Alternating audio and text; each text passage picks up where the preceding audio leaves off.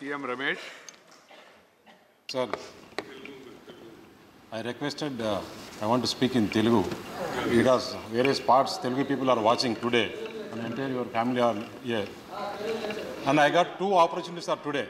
One, you are sitting in the chair, PM also is here. First time I am speaking in front of PM. Thank you very much, sir.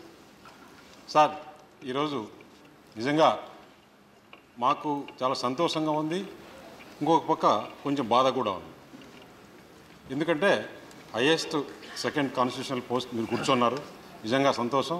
Telugu ప్రజలు, భారతదేశ ప్రజలు గర్వించదగ్గ విషయం.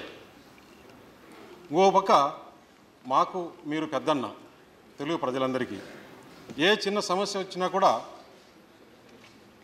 మేము అంటంబడే కనపడేది మీరు, మీ దగ్గరకు చెప్పుకునేవాళ్ళం. ఈరోజు ఆ అవకాశం మాకు లేకుండా పోతుందేమో అని లోపల ఒక బాధగా ఉంది సార్. అయినా కూడా మీరు నా టీవీలో చూశాను, మీరు చెప్తున్నారు దేశ అభివృద్ధికి, ఆంధ్రప్రదేశ్ అభివృద్ధికి నేను ఎప్పుడూ తోడుగానే ఉంటానన్నారు. చాలా సంతోషం సార్. చిన్నప్పటి నుంచి నేను స్టూడెంట్గా చిన్నప్పుడే నుంచి మీ ఫోటోలు చూడడం కానీ, మీ స్టేట్మెంట్స్ చదవడం కానీ చూశాను సార్.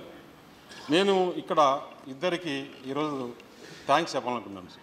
ఎందుకంటే అప్పుడు ఎప్పుడో పేపర్లో చదివినా, కరెక్ట్గా పేర్లు కూడా గుర్తున్నాయో లేదో, ఓ దుర్గా ప్రసాద్ అని ఒక ఆయన, సోమయ్యపల్లి సాంబయ్య అని ఆయన,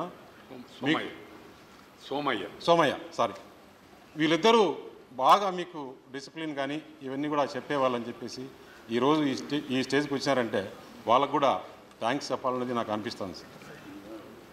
నేను అప్పుడు చూశాను, అప్పుడు చిన్నప్పుడు I think at the age of 14-15 అనుకుంటాను.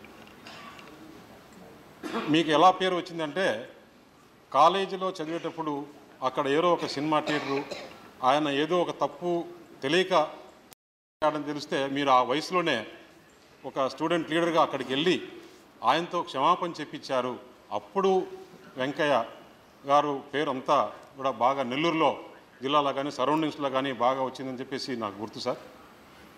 అప్పటి నుంచి కూడా మళ్ళీ చూస్తే మీరు ఫస్ట్ టైము ఎమ్మెల్యేగా అక్కడ ఉదయగిరిలో కంటెస్ట్ చేసినప్పుడు, అంటే చాలామందికి తెలియాలి కాబట్టి సార్ చెప్తున్నాను, మొత్తం అప్పుడు మీరు ఒక్కరే ఆ జిల్లాలో ఉదయగిరి నుంచి మంచి మెజారిటీతో, మిగతా అన్నీ కూడా అప్పుడు సంజీవ్ రెడ్డి కాంగ్రెస్ పార్టీ అనుకుంటాను సార్, మీరు ఒక్కరే అప్పుడు అక్కడ నుంచి గెలిచారు.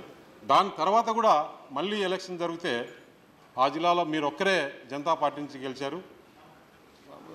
మళ్ళీ చూస్తే అప్పుడు ఆంధ్రప్రదేశ్ అసెంబ్లీలో మీ మాటలు వినేవాళ్ళం. ఇప్పుడు మాదిరి టీవీలు లేవు, పేపర్లో చూసేవాళ్ళం. మళ్ళీ కూడా ఆ రోజు సాయంత్రం దూరదర్శన్లోనూ అట్లా చూసేవాళ్ళం.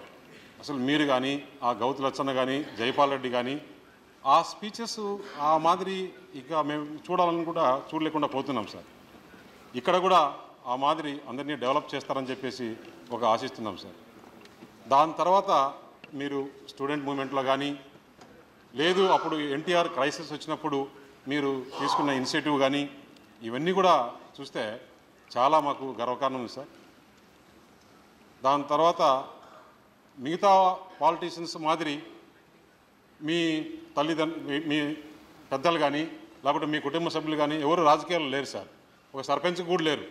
మీ చోటపాలెంలో మీ ఓన్గా ఒక సామాన్య రైతు కుటుంబంలో మీరు స్కూల్కి పోవాలన్నా, కాలేజీకి పోవాలన్నా కానీ మేము పుస్తకాలు చదువుతున్నాం, సైకిల్లో పోయేవాళ్ళు, అలా తిరిగేవాళ్ళు. ఈరోజు ఒక 4 సార్లు కంటిన్యూస్గా రాజ్యసభలో ఉన్నారంటే నిజంగా కూడా మీరు చేసే సేవలు, మీరు పార్టీకి చేసిన సేవలు కానీ, లేకపోతే దేశానికి చేసిన సేవలు కానీ ఇవన్నీ అనుకోవాలి సార్. నిజంగా కూడా తెలుగు ప్రజలకు చాలా గర్వకారణం. దాని తర్వాత కూడా 50 సంవత్సరాల తర్వాత మళ్ళా మన తెలుగు బిడ్డ ఆ సీట్లో కూర్చుందని కూడా ఈరోజు అందరూ కూడా తెలుగు ప్రజలు కానీ, దేశంలో కానీ అందరూ చాలా సంతోషంగా ఉన్నారు సార్. అప్పుడు 1962లో జాకీర్ హుసేన్ అప్పుడు ఉన్నారు. దాని తర్వాత 50 సంవత్సరాలు అయింది. ఇన్ని రోజులు తెలుగు ప్రజలు ఇక్కడ వెయిట్ చేసిన దానికి, నిజంగా తెలుగు ప్రజలను ఈరోజు తెలుగు బిడ్డను ఆ సీట్లో కూర్చోబెట్టిన దానికి ప్రధానమంత్రి కానీ, బీజేపీ పార్టీని వాళ్ళని కానీ ఇక్కడ అభినందించాల్సిన అవసరం ఉంది సార్.